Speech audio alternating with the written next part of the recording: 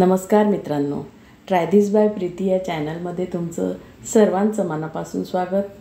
आणि दीर्घकाळ टिकणाऱ्या सवयीविषयीबद्दल आज आपण बोलणार आहोत की एखादी लहानशी कृती वारंवार केली की तिच्या होणाऱ्या परिणामाविषयीची एक प्राचीन ग्रीक दंतकथा आहे, सोरायटिस पॅराडॉक्स. त्यात असे प्रश्न विचारले आहेत: एका नाण्याने कोणी श्रीमंत होतो का?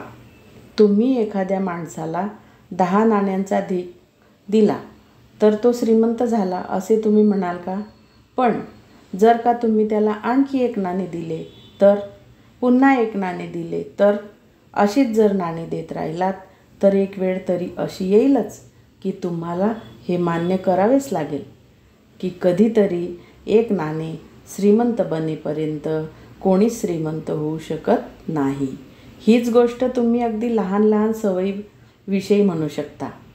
वर्तमानातील एक लहानसा बदल तुमचे जीवन परिवर्तित करू शकतो. या प्रश्नाचे उत्तर तुम्ही होय असे द्याल. हे संभवनीय नाहीच. पण आणखी एक बदल घडला तर, आणि आणखी एक आणि आणखी एक, अशा काही बदलानंतरच्या एका बदलाने मात्र तुमचे आयुष्य बदलून टाकले, हे तुम्हाला मान्य करावेच लागेल. आपल्या सवयीमुळे आपल्या वर्तनात आपल्याला बदल व्हायला हवाच असतो. एखादा अगदी तीव्रतेने व्हायला हवा असलेला तसा अनुकूल बदल हा एकच सुधारणा किंवा 1% इतकाच सुधारणा करेल, एवढीच आपली अपेक्षा असते. आपल्याला तशा हजारो सुधारणा व्हायला हव्या असतात.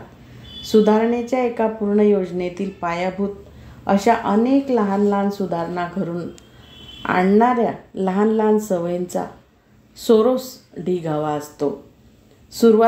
सुरुवातीला सुधारणांचा संपूर्ण योजनेच्या विस्तारात लहान लहान सुधारणा वाहून जातात आणि त्यांचा अर्थ, त्यांचे महत्त्व कधीकधी लक्षातही येत नाही.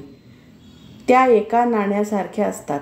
जसे 1 नाणे कोणाला श्रीमंत करीत नाही, तसेच 1 मिनिट अंतर्मुख होऊन ध्यान करणे किंवा रोज 1 पान वाचणे यासारख्या सकारात्मक पण अगदी लहान सवयी जी चांगला परिणामकारक बदल घडवतात, तो लक्षणीय ठरत नाही. परंतु जसजसे अशा लहान पण महान बदल घडवणाऱ्या सवयींचे थर एकमेकावर चढत जातात, ढीग रचला जाऊ लागतो, तसा आयुष्याचा तराजू योग्य बाजूला जड होऊन झुकू लागतो. पारड्यात एक एक कण पडत जातो आणि ते जड होऊ लागतं.